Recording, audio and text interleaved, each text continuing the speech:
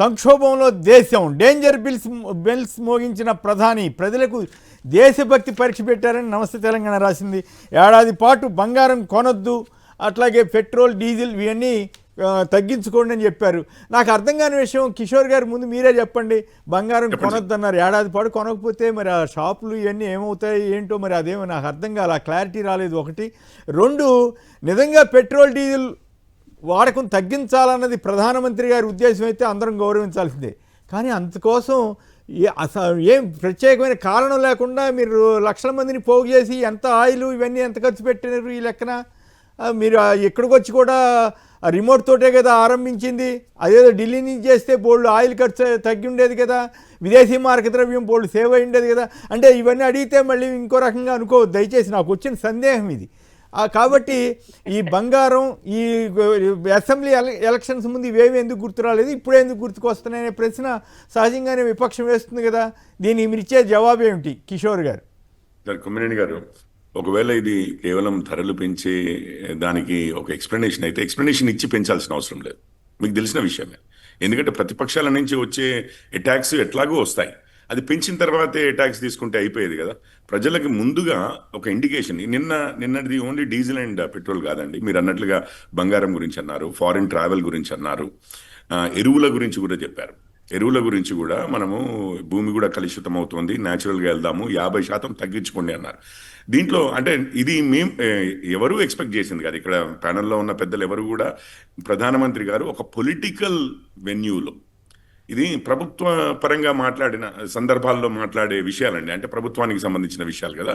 ఒక పొలిటికల్ వెన్యూలో వచ్చి, రాజకీయమైనటువంటి పబ్లిక్ సభలో వచ్చి అసలు రాజకీయాలు మాట్లాడతారు, మనమే గెలవబోతున్నాము, మీరంతా అందరినీ ఉత్సాహం నింపే ఇది అన్న దాంట్లో ప్రధానమంత్రి గారు మాట్లాడవలసిన అవసరం లేదు కదా.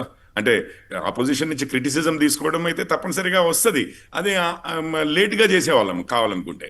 కానీ అది రాజకీయంగా చూడలేదండి, దేశం గురించి చూశారు. దేశం కిషోర్ గారు ఒక్క మాట, నోట్ల రద్దు అన్నది ఆయన ఢిల్లీలో కూర్చుని టీవీలో అనౌన్స్ చేశారు, అట్లాగే ఇది కూడా టీవీలో కూర్చుని అనౌన్స్ చేసి ఉండొచ్చు, అయినా కూడా మీ ఇష్టం.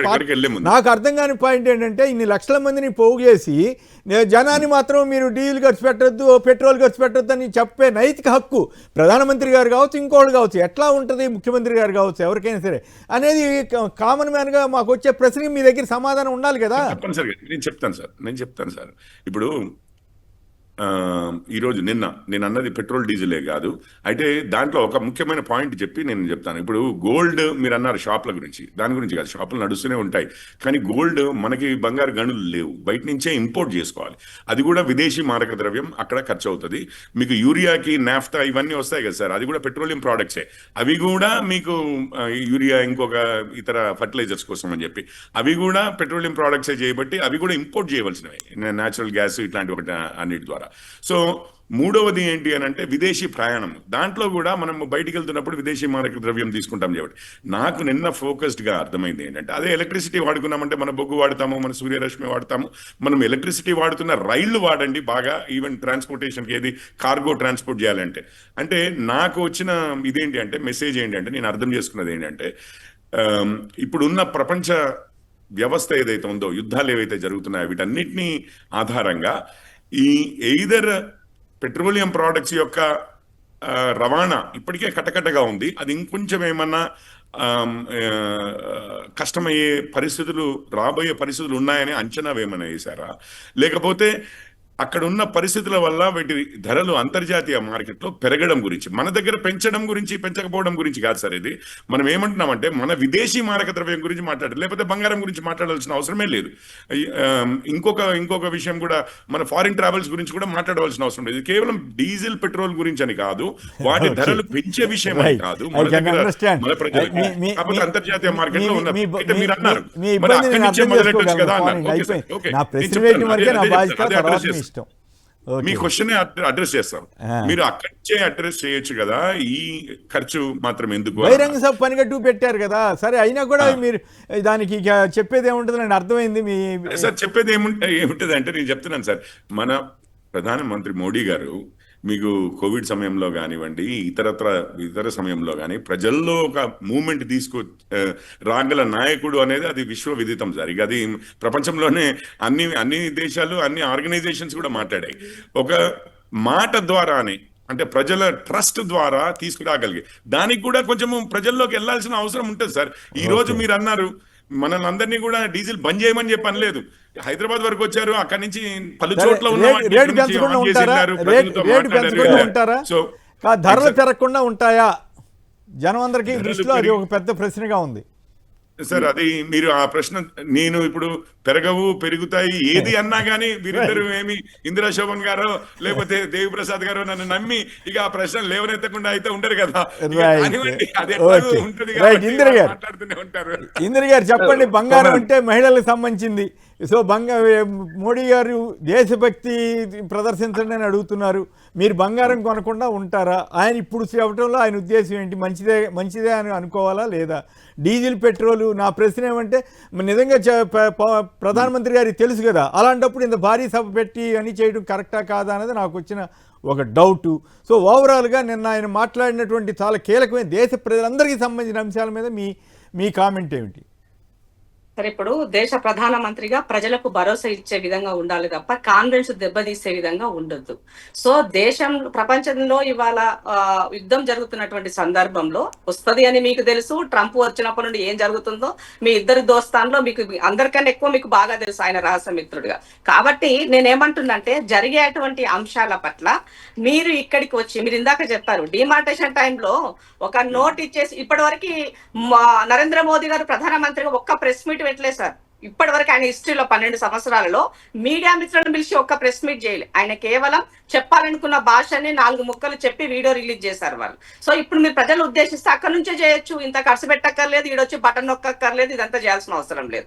రెండో విషయం ఏంటంటే సార్, నరేంద్ర మోదీ గారు ఇప్పుడు కొత్తగా సార్ ప్రజలను ఉద్దేశించి ఆయన వచ్చినప్పటి నుంచి ఇప్పటి వరకు ఒక 5 సార్లు వాగ్దానం చేశారు సార్. 2014లో నాకు 60 నెలలు ఇవ్వండి, మీ జీవితము అద్భుతం చేస్తా అని చెప్పినారు. తర్వాత 2016లో డిమార్టేషన్ టైంలో నాకు 50 రోజుల సమయం ఉండి మిమ్మల్ని అద్భుతం చేస్తా అని చెప్పిండు. 2023లో అర్థం అని చెప్పి అందరిని రోడ్ల మీద పెట్టి ఉన్న ఖజానా ఖాళీ చేసిండు. 2023లో ఇంకొక 5 సంవత్సరాలు ఇవ్వండి, ఎందుకంటే సెకండ్ టైము తను ఎంపీ ఎలక్షన్లకు వెళ్ళిన సందర్భంలో అప్పుడు పూర్తిగా ఉన్నదంతా దోస్తులకు పెట్టిండు.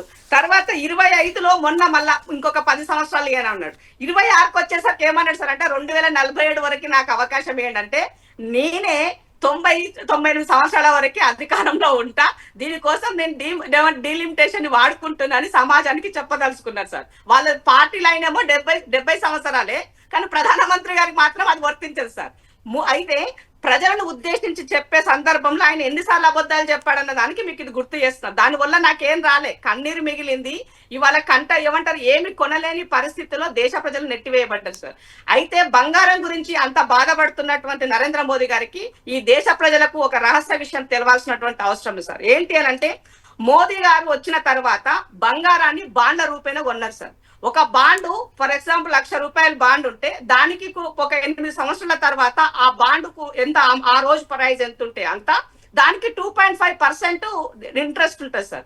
ఈ అమౌంట్ ను 8 సంవత్సరాల తర్వాత వాళ్ళకి. ఇట్లా మోదీ వచ్చిన తర్వాత ఈ దేశంలో 147 టన్నుల బంగారాన్ని బాండ్ రూపంలో కొనబడ్డది సార్. దీని ద్వారా 72,000 కోట్ల రూపాయలు ప్రజలు దేశానికి ఇచ్చిరు సార్. ప్రజలు ఇచ్చిరు ఈ బాండ్ల రూపేణ. అయితే దీని ద్వారా ఏమైంది, బంగారం కాస్ట్ పెరిగిపోయింది. పెరగడం వల్ల ఇవాళ ఏమైంది, ఇది దేశంలో 2,88,000 కోట్ల రూపాయలు ఈ బంగారం బాండ్ల రూపేణ వచ్చింది. దీనికి ఇంట్రెస్ట్ మరొక 14,500 కోట్ల రూపాయలు సార్. ఓవరాల్ గా ఈ బంగారు బాండ్ల కొనుగోలు ద్వారా 1,51,000 కోట్ల రూపాయలు ఇవాళ నష్టంలో ఉన్నది. ఇది గమనించి ఈ సంవత్సరం నుంచి బాండ్ కొనుగోలు అన్నది, మోడీ బాండ్లకు బంగారం కొనుగోలు అనేది ఎత్తివేయబడ్డది. దీనిని డైరెక్ట్ గా చెప్పలేక, డైరెక్ట్ చెప్తే జనాలు కొడతారు కదా సార్, కాబట్టి డైరెక్ట్ గా చెప్పకుండా దీనిని మీరు బంగారం కొనకండి 1 year వరకు అని ఒక సందేశాన్ని ఇచ్చిపోయినారు పెద్ద మనిషి. ఇక్కడ నుంచి ఎవరైనా ఎక్కడైనా మీ ఆయాం వచ్చేసరికి ఇది పెరగడం ద్వారా పెళ్లి చేస్తే పుస్తలు కొన్న పరిస్థితుల్లో లేను, ఇవాళ ఏమంటారు కాలు మెట్టెలు కొన్న పరిస్థితులు లేను, వెండి మెట్టెలు కాబట్టి ఇవాళ చెక్క మెట్టలు చెక్క పుస్తలు వేసుకున్న పరిస్థితి ఈ దేశానికి దిగజార్చున్నారు. ఇది మెయిన్. రెండోది ఏంటంటే పెట్రోల్ డీజిల్ కి సంబంధించి యూపీఏ హయాం 2014 నుంచి 2020 వరకు మీరు కంపారిజన్ చేస్తే 130% పెరిగింది సార్. దీనికి కారణము పోనీ దాని ద్వారా వచ్చినటువంటి ఏమన్నా అంటే క్రూడ్ ఆయిల్ తగ్గినప్పుడు దాని బెనిఫిట్ నాకేం పంచలే, నాకేం షేర్ చేయలే. దీని పర్యవసానంగా నిత్యావసర వస్తువుల ధరలు పెరిగి ఒక కామన్ మ్యాన్ బతకడానికి మినిమం ఒక రోజు తనకి నెలకి 16,000 రూపాయలు అవసరం సార్. ఒక్క మనిషి బతకాలంటే కామన్ మ్యాన్ కి నేను చెప్పేది.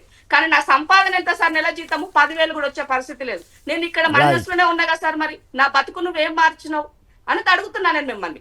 అయితే ఎవరి బతుకు మార్చింది మీరు వచ్చినాక అనంటే పూర్తిగా మీ దోస్తులైనటువంటి అదాని అంబానీ లాంటి వాళ్ళు అయ్యి ఉండొచ్చు. వాళ్ళు మీ దోస్తులు కాదంటలే కానీ కాదు మీరు గవర్నమెంట్ ఉన్నప్పుడు కూడా వాళ్ళు కూడా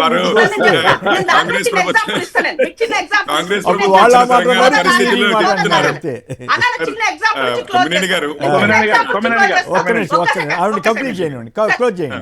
ఇవాళ నేను పాలించిన సందర్భంలో కార్పొరేట్ శక్తుల యొక్క రుణమాఫీ నేను 25 లక్షల కోట్లు చేస్తే మోదీ గారు దానిని 12 లక్షల కోట్ల రుణమాఫీ చేసిరు సార్. దీంట్లో అంటే నేను చేసిన దానికి మోదీ వచ్చినాక 17 నెలల దానితో సమానం సార్.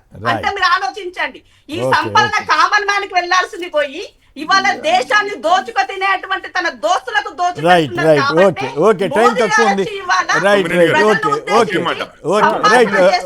కిషోర్ గారు మాట్లాడండి. కిషోర్ గారు అదే మాట్లాడతారు. వినపడుతుందా సార్?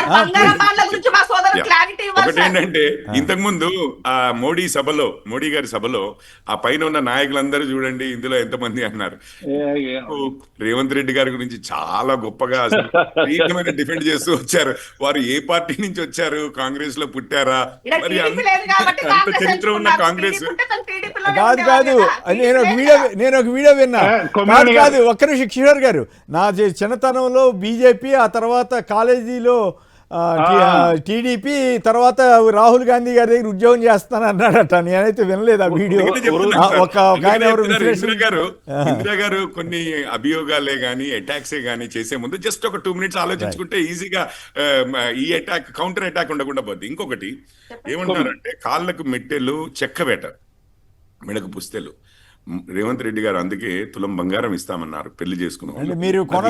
ఇట్లాంటి పరిస్థితి వచ్చింది తెలంగాణ మహిళలకు అని చెప్తున్నారు. అక్క ఇంత విషయం తెలిసి కూడా చెక్కల మెట్టెలు పుస్తెలు వేసుకుని పోవాల్సిన పరిస్థితి తెలంగాణ అక్క జిల్లాలకు వచ్చిందని తెలిసి కూడా వారి మనసు కరగట్లేదా సార్? ఓకే మనసు కరగట్లేదు.